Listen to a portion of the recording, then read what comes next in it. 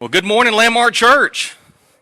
Hope everybody's doing great this morning. My name is Nathan. I am the college minister here at Landmark, and I don't usually speak like this, and so I appreciate you guys letting me have the opportunity this morning to do that.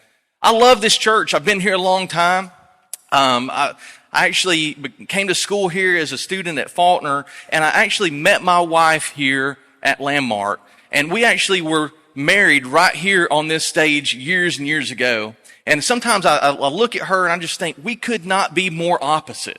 We'll be married 21 years in August. And so, yeah, that's kind of cool. I beat a lot of odds, I'm sure. A lot of people betting. But, we have learned a lot about each other. One of the things we've learned, we are opposites. Let me ask you guys, does anybody think to themselves, maybe, just maybe, I married my complete opposite?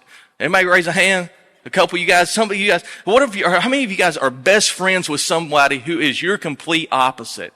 Okay, so this morning we're going to do a little test. We're going to play a little game. I want to see if you're on Team Nate or Team Jen here, okay? Let's see. If you're an introvert, will you raise your hand? All right, that was a big deal for you guys. Thank y'all for stepping out like that. If you're an extrovert, if you were the extrovert in your relationship, okay? So we got a couple there. What about the early birds? How many early birds we got? A few early birds. You guys, 8:30 service, most of y'all. What about the night owls? Okay, a few night owls. A couple people hooting over there. That's something. That's a second service thing. I like that. What about the saver in the relationship? How many of you guys are the savers? Like you save money? Okay, not many savers in here. That's concerning. What about the spenders? Y'all are the fun folks, right? Y'all are the fun people. What about the rule keepers? We got rule keepers in the room. You got rule breakers. Okay? A few of you guys. What about the drives fast? The drives fast people, where y'all at? Got to watch y'all. Okay. And then the drive slow. Anybody in here admit they drive slow? Okay, so listen, if you're on the left side of the screen, which should have been up there, you are on Team Jen. If you're on the right side, which is my side, you're on Team Nate. So congratulations, all right? So if you look at that list and go, you're a rule breaker who drives slow, it's true. That's me. I'm the guy who you're like, well, just know this. When you're driving down the interstate and you're looking at that guy and he's going like 55, that's me. Okay? Y'all don't be mad. Y'all just so that's Nathan. Give me some pass. And so this morning, we look at this list and we know people who are our complete opposites. And God is so funny in the way that he puts people together like that, either in a marriage or in a friendship, and we'll be together and we are complete opposites. This morning, we're going to look at a story of two people who probably could not be more opposite, at least on the surface. You've got one person who is a religious leader and everyone looks up to him. You've got another person who is a secular, worldly person, and everyone looks down on her. You got one person who is revered. You got another person who is rejected. You've got one person who speaks in front of people, and you have someone else who's whispered about behind their back. You've got one person who's throwing a party, and you've got another person who's going to come in and crash it. Guys, this is one of my favorite stories in the Bible. If you like an awkward, cringe-worthy moment, if you're a fan of The Office or something moment like that, this is one of those stories to when you read it, you just go, ooh, that's weird. That's awesome. I like that. We're going to be in Luke chapter 7. And you're going to look today and we're going to see that these two people who on the surface in everyone else's eyes are so different, Jesus is going to say, you're really not as different as you may think. You actually have a whole lot more in common than what you realize. Let's look at this. This happens all at a dinner party. This is Luke chapter 7. It says, when the Pharisees invited Jesus to have dinner with him, he went to the Pharisee's house and reclined to the table. And a woman in that town who had lived a sinful life learned that Jesus was eating at the Pharisee's house. So she came there with an alabaster jar of perfume. As she stood behind him at his feet weeping, she began to wet his feet with her tears. Then she wiped them with her hair and kissed them and poured perfume on them. The Pharisee who had invited him saw this and said to himself, if this man were a prophet, he would know who is touching him and what kind of woman she is, that she's a sinner. Jesus answered him, said, Simon, I have something to tell you. Tell me, teacher, he said. He said, 2 people owed money to a certain moneylender. One owed him 500 denarii and the other 50. Neither of them had the money to pay him back, so he forgave both debts. Now, which of them will love him more? We're going to pause right here and we're going to start filling in some of this outline, because right in the middle of this dinner party, Jesus tells this story, this short, powerful parable of illustrating exactly what he's witnessing in front of him. He tells a story about 2 guys who owe money. Okay? I won't ask the question here who owes money, because most of us do, right? But you got 2 folks, they both owe money. You've got one person who owes 50 denarii and one who owes 500. So how much is a denarii? A denarii is about a day's labor. Okay? And so you may think to yourself, well, 50, that's not that much. 500, that's a lot more. But I want you to pay attention in the story, because what it says here is that both of them had a debt and neither of them could pay. Y'all hear what I'm saying? It wasn't like one of them could pull out their wallet and say, I've got this. Neither of them could pay. 50 was too much. 500 was too much. It might as well have been 5 million. It didn't matter. Both of them had a debt. Neither of them could pay. So when we read the story, I read the story and think to myself, let me ask you this. Have you ever been broke before?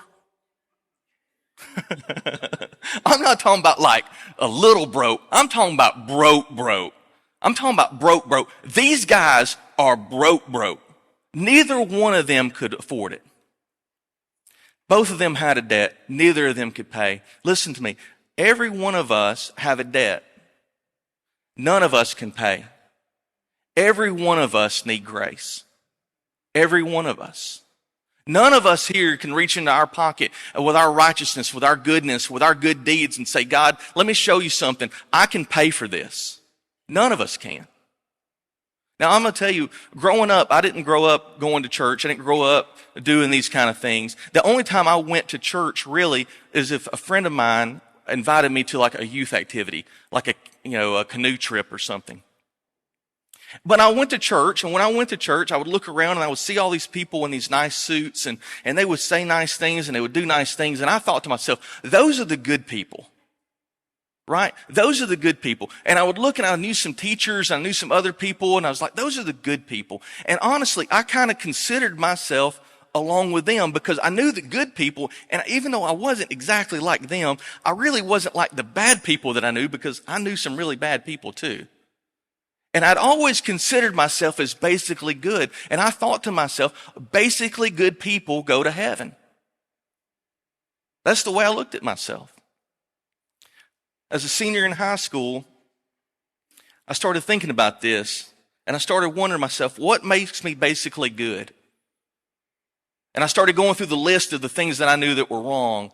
Don't drink, don't cuss, don't steal, don't lie, we'll stop there. But and all of those things, I had done those things. And it came to me, I realized that I was not basically good. In fact, here's what I realized, is that no one is basically good. Those little old ladies that I knew that were so sweet to me, they had a debt too. They had made mistakes in their life. They had said things, done things, wished things that they hadn't have done, but they did. And they had a debt, and it doesn't matter if it's 50 or 500. It doesn't matter. They had a debt, and they couldn't pay it. They needed grace just like I needed grace. Scripture says it like this. It says that we've all sinned and fallen short of the glory of God. Every single one of us. And so, guys, when we start looking at this and we start thinking about our relationship with God, it's really easy, if we're not careful, to see ourselves in the same way that this religious guy, Simon, saw himself. Jesus is telling the story. He says, listen, you look at yourself and you think you've only got a $50 debt. And you think to yourself, man, I'm kind of good. I'm getting there. Listen, you can't pay it. Simon, you're not just broke. Brother, you're broke. Okay? You're broke. We're broke. You're broke. All right, look at somebody then and tell them I'm broke. Do it. Come on, first service. Come on, y'all. Look at somebody, tell them I'm broke. You are. It's good news. Let's keep on going in this story. I love the way Jesus handles this. It's so funny to me is that after he tells the story about the debts and says that you've got a debt you can't pay and that everyone needs grace, he looks at this woman. He looks at Simon and he looks at the woman and he said, Simon, do you see this woman? And if you just read the story outright, it's so funny to me because of course Simon saw this woman. This is happening in his living room. His friends are there. It's happening. Guys, have you ever spilled perfume? Can you imagine the smell? He's sitting here, he's watching this, and he's thinking to himself, of course, I can never get this smell out of here. People are going to be talking about this. This is an embarrassment to me. This woman is here. What's going on? And Jesus asked me, do you see this woman? On its face, it's a crazy question. But in reality, I believe that Jesus is asking a much, much deeper question. How did Simon see the woman? Simon saw the woman as a sinner, as a person with a past, as a problem, as an embarrassment. Jesus said, do you see this woman? And I believe when he looks at her, he sees exactly who she was created to be. A woman created in the image of God.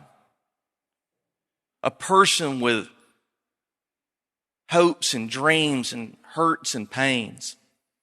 A person worthy of respect and decency. A person who is worthy of love. Someone who can be listened to and appreciated.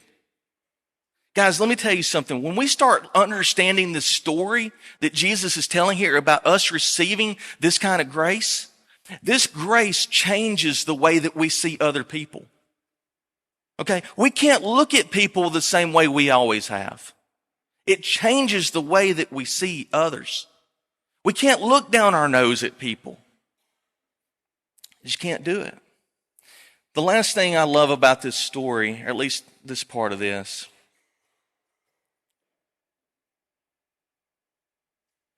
is that what she does. The way that she comes into this room, first of all, it blows my mind. The courage that this woman had to come before Jesus in this setting. She comes in and she brings an alabaster jar, and we can talk about the significance of that. But it's costly. This is something that she put her money into. It's valuable. And she begins to express her love and admiration for Jesus in a way that is so deep and personal. And she begins to weep, and she begins to be at Jesus' feet, and she begins to put him on his throne. And there's people around her that are whispering and talking and judging and criticizing all of her movements, everything she's doing. And there she is worshiping Jesus. Guys, let me tell you something. Grace changes the way that we worship. It does. This woman was so expressive in the way that she gave her heart to Jesus. I love this. Is that when everyone is sitting there looking, she is only concerned about pleasing one person. God. That's it. Now, I don't know about you guys, but I get really self-conscious.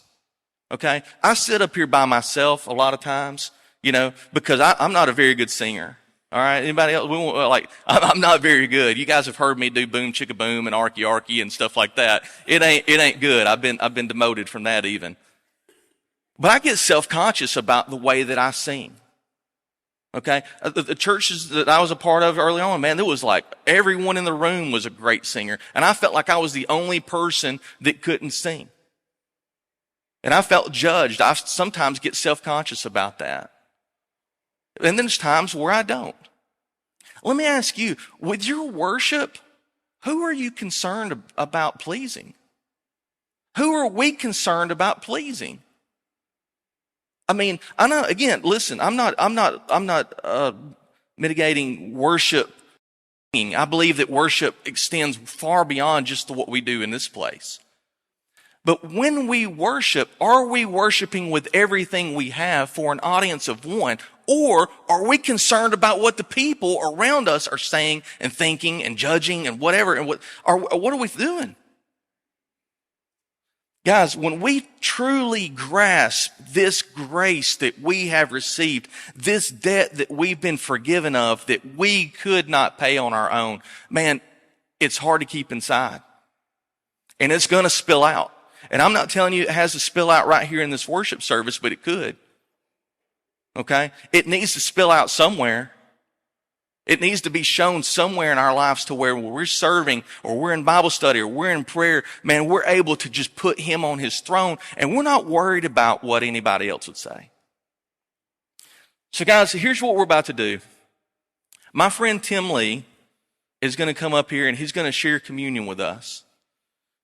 And we're going to go to the table together, and then we're going to have just a few moments after that of worship. And I'm not asking you to do anything that you're not comfortable with, okay? I'm not that guy. Her worship actually was silent. Some of my closest moments in worship have been actually in silence. What I'm asking you to do is to worship. Worship. You know, this morning, no matter if you relate more to the religious person in this story, someone who maybe hasn't made some of the big mistakes in life, and maybe you've looked at yourself and you say, you know what, I'm not that bad. I've just not done that many bad things. Or if you relate more to the lady in the story who you understand your sins are many. They are plentiful. There's some good news this morning. As we look at this story, and this is consistent throughout the scriptures, Old Testament and New, here's what I want to tell you, is that grace is found at the feet of Jesus Christ. Grace is found at the feet of Jesus Christ. This woman, when she comes in humbled. She doesn't come in and start saying, I didn't mean to, blaming someone else, making excuses. She comes in humbled. Those are my decisions. Those are my mistakes. Those are my errors. Those are my sins. And grace is extended to her in this situation. It's extended to us as well. I mentioned earlier, I became a Christian in senior year of high school. A friend of mine, as I was walking out of the door one night, said to me, you can be forgiven. Some of you have heard me say this before, but I'd never heard those words before. I knew that I'd made mistakes. I knew that I had made decisions that were wrong and bad and weren't good and wouldn't be proud of and didn't want you guys to know about. But I never knew that I could be forgiven. Listen, it doesn't matter, again, if you've been in this thing for a long time or if today is your very first time being here, that grace is extended to you as well. It's found at the feet of Jesus Christ. One last thing I want to say, actually two. One, grace is found at the feet of Jesus, but this grace that we have received now from Jesus was never intended to stop with us. Grace motivates grace.